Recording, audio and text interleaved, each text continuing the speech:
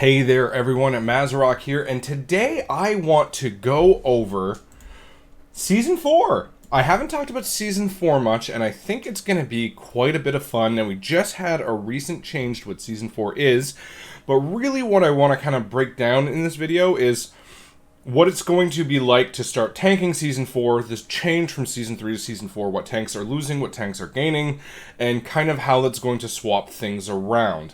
A couple of things before we get started, of course. Please like, comment, subscribe. Always flabbergasted by all the support you, the community, have been giving me. Thank you so very much. There's a Twitch link down below if you'd like to watch me stream. There's a community Discord link down below as well if you'd like to continue this conversation on there. Lots of fun, positive people in that community. Absolutely fantastic. And then there's a Patreon link down below if you wish to support me more directly and gain access to community raid nights with trivia and transmog competitions and a D&D night raffle draw. There's a bunch of cool stuff in there. Early access videos like this one here is probably going to go up on there before it goes up on it's going to go up on Patreon before it goes out here. So, housekeeping done. Let's get talking. Let's talk tank. Let's tank talk. So they just nerfed one of the bounties. So if you don't know what Season 4 is, the encrypted affix is going away, and in Season 4 we're getting Shrouded. We're in Shrouded, there's double digit, we don't really know how many, but there's these dreadlords that are kicking around, hidden among the mobs. And every single time that you kill one, you gain a stacking buff of your choice. Now you choose which stacking buff this is before the dungeon starts. So you have 4 different bounties. You know, Critical Strike, Haste, Versatility, and Mastery. Critical Strike and Haste, you're going to gain 2%. Versatility, you're going to gain 1% stack now, was 2%. And the Mastery buff, you're going to get 69, nice, per stack. The reason why Mastery isn't working on a percent is because Mastery is the stat that scales so wildly different based on what spec you are. So, for example, when I was maining Affliction Lock, I had 86% Mastery at one point, and then I would swap to Destro, keep the same gear, and have 36. Same amount of Mastery, wildly different percent, and that's kind of how they have to work around with Mastery and things like that. So, that's why you're not getting a specific percent. But the Critical Strike, Haste, and Versatility ones, because they're giving you a straight up percent, you're not hit by the diminishing returns because you are just straight up getting the percent. The diminishing returns is based upon the amount of haste that you have, like your actual stat combination of I have 1,100 haste.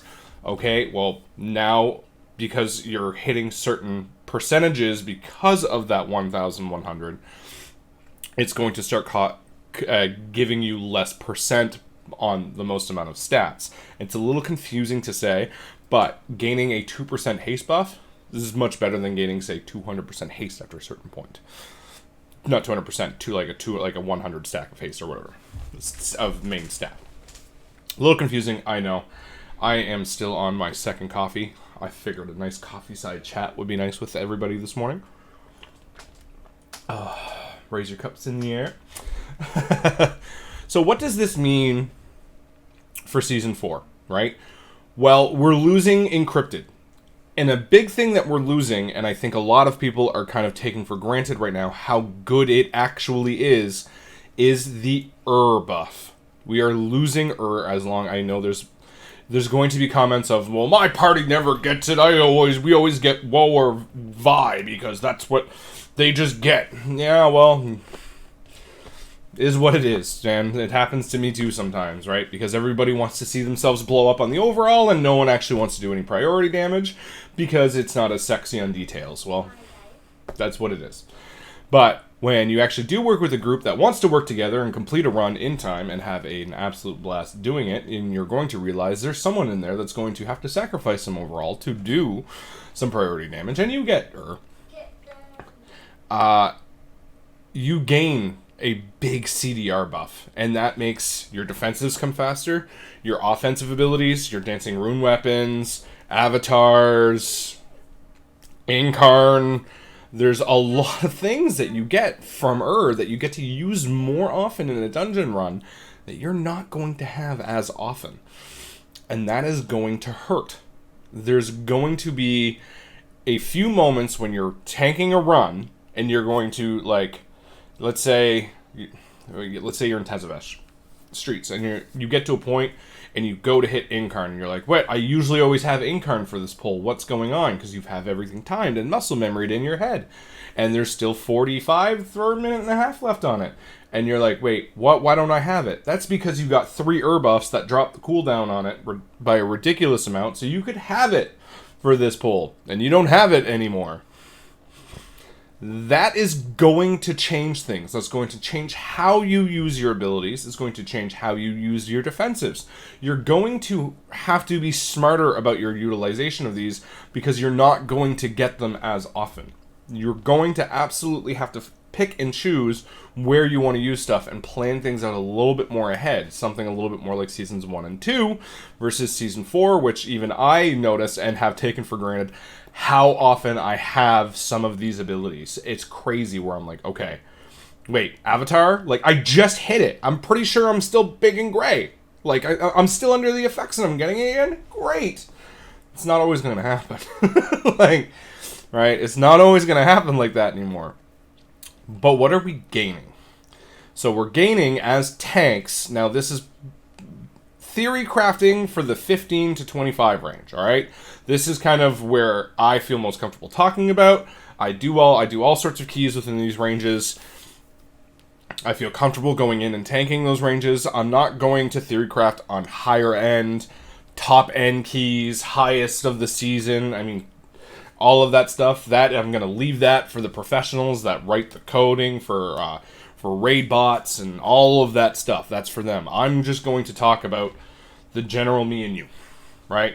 Like, we go in, we have fun, pumping it through our keys and things like that. We get our KSM, we get our 3Ks, we push a little bit keys higher than that and things like that, or, we're just getting started, things like that.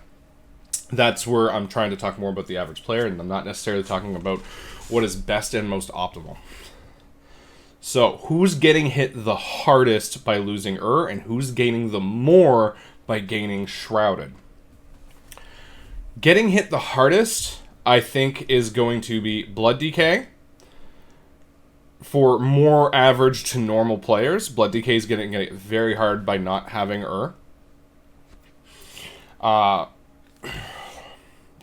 Bear. Bear is going to get hit very hard by not having as well, because dancing, the strength of Blood DK right now is the incredible uptime on dancing rune weapon, which is aided by right? You just see the cooldown drop, and if you don't play perfectly, which I don't play perfectly all of the time because I'm a human being that just has fun playing a video game, that likes pushing keys or playing keys with their friends. I'm not always playing the most optimally of what all the sims say should be doing, right? Because guess what? I'm not the best player in the world.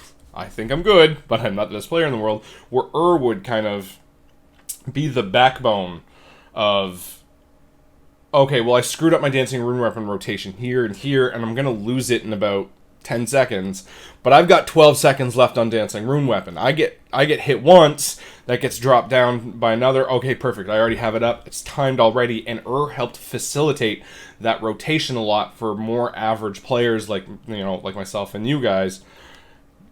So that's going to kind of hurt them a lot. Bear, straight up, is just going to get less incarns per dungeon than they did in Season 3. That is going to hurt. There's no way around that. That's going to hurt. Pardon me. Paladin's going to lose again on defensives. I don't think they're going to lose on offensives. Having more wings, yes, is super nice. But at the same time, Divine Toll does a lot of work for them. So you can really work around that way, but you are losing out on your big defenses being up more often, and Paladin's already kind of squishy, which doesn't help. Vengeance Demon Hunter, not losing that much. You're losing meta uptime, like from the actual Metamorphosis button, but you already get it so often with the current Spirit Bomb Fell Devastation build that's not going to be a huge problem for them. And on top of that, Monk really... Monk benefited from but nowhere near as much as some of the other specs. And Warrior as well. I think Warrior's a little bit of a sleeper in Season 4, and we're going to get into that. So, who's gaining the most going into Season 4? Now, if you ask me right off the bat, if I thought who's gaining the most and losing the least, combination of the two, Brewmaster Monk. Straight up Brewmaster Monk.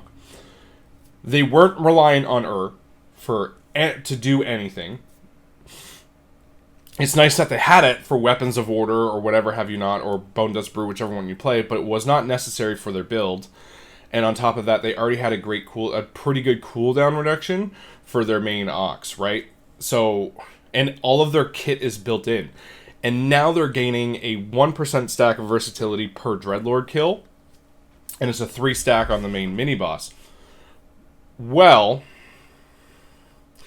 if they're in the double digits, we can seriously... we're going to do some hypothetical assumptions here, educated guesses upon kind of what we know. How this is going to play out in the actual meta, in-game, and everything, it can only be determined in Season 4 once it's released how it is.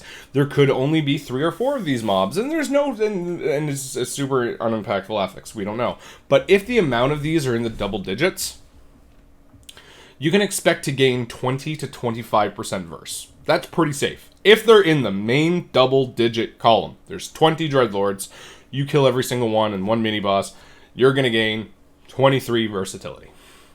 That is very, very strong, especially for tanks that like versatility. Now, most tanks already like versatility. I know you say that you can say it in the comments.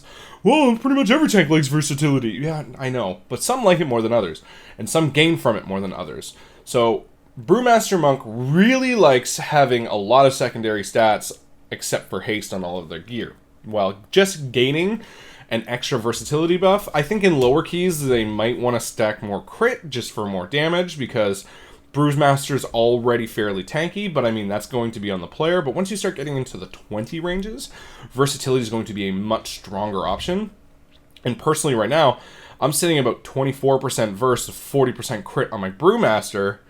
Well, adding another 23 to that, that's going to make them incredibly tanky, hit much more incredibly harder by the end of the dungeon, and it's already a spec that's not very squishy, right? They're not super squishy at the start of a dungeon, and they're only going to get tankier without. I think Brewmaster has the most to gain and the least to lose going into Season 4, and I think you're going to see them be featured a little bit more prominently in kind of people's minds and, in the game and things like that, because they're already super good, right?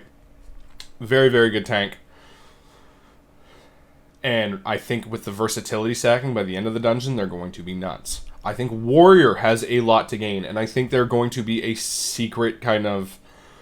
Right now, I think they're an underrated tank. Especially in the 15 to 25 range. I know there's not as many people playing them, but last night I just did 13.2k damage as a Necrolord Prot Warrior, where everyone was telling me, oh, Kyrion's the damage one, in a Sanguine Depths in a 15 Sanguine Depths run last night. And I took almost no damage, and I out-healed the healer by the end of it with all of the absorbs. They are capable. They just need to be built. They need to have a certain playstyle in mind when you go in and do it. You want to have offensive prowess, but still use your rage defensively. It requires a balance of both, and that's something that we haven't seen with a lot of Prot Warrior play, just because we haven't seen a lot of Prot Warriors. But being able to gain that much versatility... So currently right now, with Solia's on the Monk friend that I was doing last night, I'm sitting at 26% versatility, and I still want certain versatility gear. I'm not done gearing them yet. Getting 55 to 60% versatility total on that warrior, you're going to take no damage. He might start off squishier at the start of a dungeon, but by the end of the dungeon, that warrior is going to take no damage whatsoever. I think we are going to see a return of Prot Warrior, especially for certain dungeons. Maybe not dungeons that are front-loaded like halls, Or maybe a dungeon that's a little bit front-loaded like Halls, where you kind of go around and you pick up the Dreadlords, then you do the shards after, or whatever have you not. Even in hierarchies, I don't really know, but I think we're going to see some sort of return of Prot, because they scale super well with versatility, and I think they are very underrated. The only big problem with Prot is what's been the problem with Prot for so long, is they don't have any sort of dispel. Now, with the cross-faction play, you can go with a Dark Iron Dwarf Warrior, which I have done a Dark Iron Dwarf DK, and just being able to rid myself of all curses, diseases, bleeds, and everything is just an absolute joy. Prot Warrior needs something like that to kind of really compete, but they still have File, right? Well, if you want to play Kyrian, but Necrolord's been the play recently, so take what you want, but I think Prot Warrior has a lot to gain. Now, I know I sounded a little bit harsh on Blood DK earlier. I honestly don't think Blood DK you should be treating harsh at all. Like, I don't think so. They're fine. They are quite literally fine. They're going to be still a top-notch tank. They scale well with haste. You can choose that. They're going to scale very well with versatility. Pick whichever one you want. I think with Blood DK, that this is kind of what I think is going to happen, is they are going to continue on with haste and not versatility, because the more haste that they have, the faster rune regen that they have, and since they're losing they need to regen those runes that much faster to be able to keep dancing rune weapons up through Heartstrike spam. So I think gaining an extra 26% verse, or so for them it will be a lot more, right? So if there's double digits, they're going to be looking at 40% haste. Very, very strong. Very, very strong for Blood DK having a permanent Bloodlust up, which means their rune regen is going to be out of this world, and their damage is going to be out of this world. Also, I think, let's get back to Prot Warrior here for a second. I think a 2% haste stack for Prot Warrior is also going to be very strong if you have other means of getting your versatility, because you can just do so much with so much haste. It's really, really nice. Bear. Bear is going to do very well with haste or versatility. This is the one where I don't know where they're going to land. Right? They're going to be I think they're going to be a stronger tank in different ways than they were in Season 4 because of this incredible stat buff. They're going to take less damage and do more damage with verse, and they're going to deal a buttload more damage and have way more GCD with a lot more haste stacking. So it's going to be interesting to see where they go, but I don't think Bear is going to be kind of thought of as low in the totem pole as they are now, which really, I mean, I kind of hate to say this, where I just said that, but I mean, all tanks are pretty good. Blood DK being a pretty big outlier right now, but I mean, not that bad. Vengeance loves versatility. Gaining the bonus from the Elysian Decree and gaining the bonus from this is going to be huge for them. I honestly think Vengeance is just going to be a monster in Season 4. A monster. Pick haste, pick versatility. I don't know which one's going to be best. Of course I don't until we kind of see it out in play and see how it's going to work out. But Vengeance loves haste. Vengeance loves versatility. They are going to be absolute monsters. I mean, they're already good. I think we're going to see more of them. Paladin. All right. So Paladin's in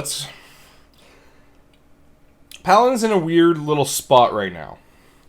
They're just as offensive as they were in Season 2, but now that we're in Season 3 with Encrypted and we have kind of all of these changes, they went from being the most tankiest tank to the squishiest tank. And they require a high skill gap to play in higher keys, and you need to know when to use Shield of the Righteous or, help yourself with WOG and things like that. And right now, with their tier set, they mastery stack more than they versatility stack, right? Pretty much every other tank is kind of haste verse and then these two sets. Versus Paladin is haste mastery, mastery haste, haste mastery, depending on how much you have, versatility crit, right? So, with how their tier set works and things like that, I think with choosing versatility and being able to gain that throughout the dungeon, they're only going to get much tankier where they're losing it with currently right now by mastery stacking, right? Because right now I only have about 13% verse where I'd like to be at 22, 23, but I have such high mastery, and it's all about blocking spells, blocking all of that. But if you don't end up blocking and you take a big hit, it hurts a lot. So you might end up mastery stacking with this, but you're going to be hitting with diminishing returns. But it is possible that you get so much of this that it kind of counterweighs it, and you have a block chance of like 89%, which would be huge, making you incredibly tanky.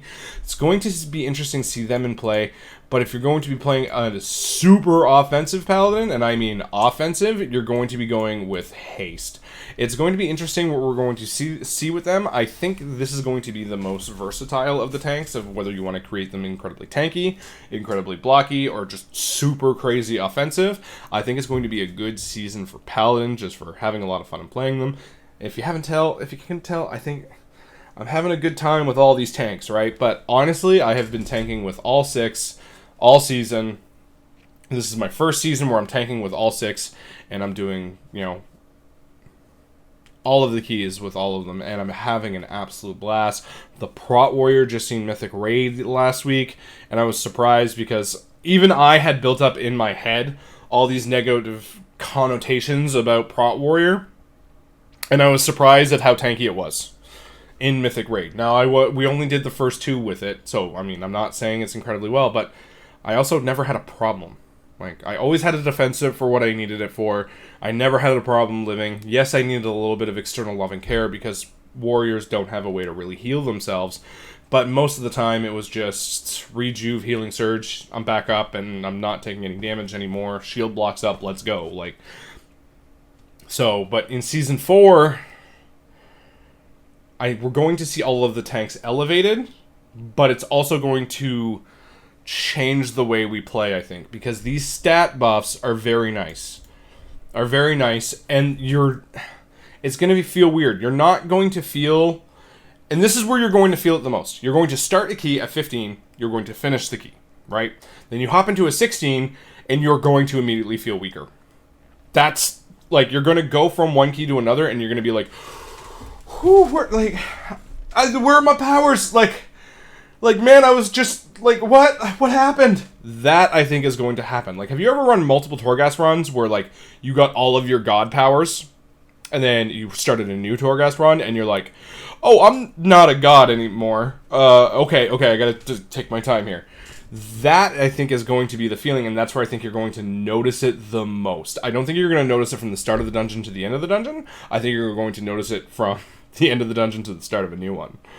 But it's also going to make you realize how much stronger you are at the end of a dungeon, because you really are going to be strong, right? These are going to be very good buffs for all of the tanks.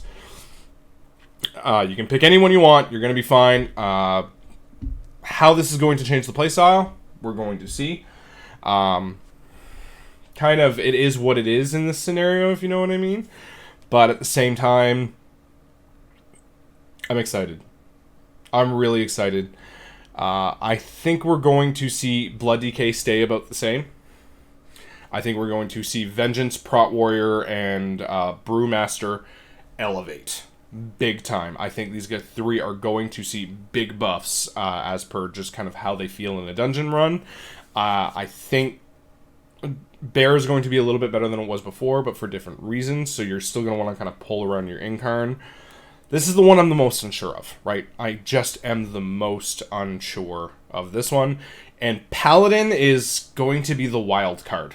I'm just going to have to throw that out there. With these, Paladin is either going to become an absolute monster, depending on how you build it, or is just going to kind of fall a little flat because it doesn't have the right stat weight balances or whatever have you not. We're going to see. But I think Paladin's going to be a wild card, and I would not discount them. So what tank should you play in Season 4? Of course, whatever one you want, man. Play whatever you want when you want. The meta's going to figure itself within a month of Season 4. But honestly, if you're playing Blood DK, Brewmaster, or Vengeance right now, you're solid with any of them. If you want to prepare a Prot Warrior, I'd do it. And I'd do it now, because there's not a whole lot of time left in Season 4. We're getting nerfs and buffs to this already, which means it's going to be rolling out pretty soon. My guess is it's going to be on the reset after the global finals. That's where I think Season 4 is going to come out, but who knows? But I think they need to give us like a 2-week notice anyway, before, so the cryptic hero title or whatever there can kind of settle in. So it might be mid to late June, but now is the time to set yourself up with a Prot Warrior, because if you want a high level blood scale or anything from the original 8 dungeons, any trinkets or anything, you got to get them now, because they're going to go. So if you want to use those in Season 4, start farming DOS now. Start farming everything you can and all of the valor that you can to get it to the highest level that you can. Or just pray you get one in your vault, whatever have you not. But now's the time to be farming all of those little trinkets that you want. Raid trinkets don't matter. You're going to just buy whatever raid trinket you want next season. You're fine. But things like Bloodscale, if it's in a Taz of S dungeon, you're fine as well. But those original 8 dungeons, File of Putrefaction, anything you want like that, get it now. But that's where I think those are my thoughts on tanks. That's where I think is going to happen.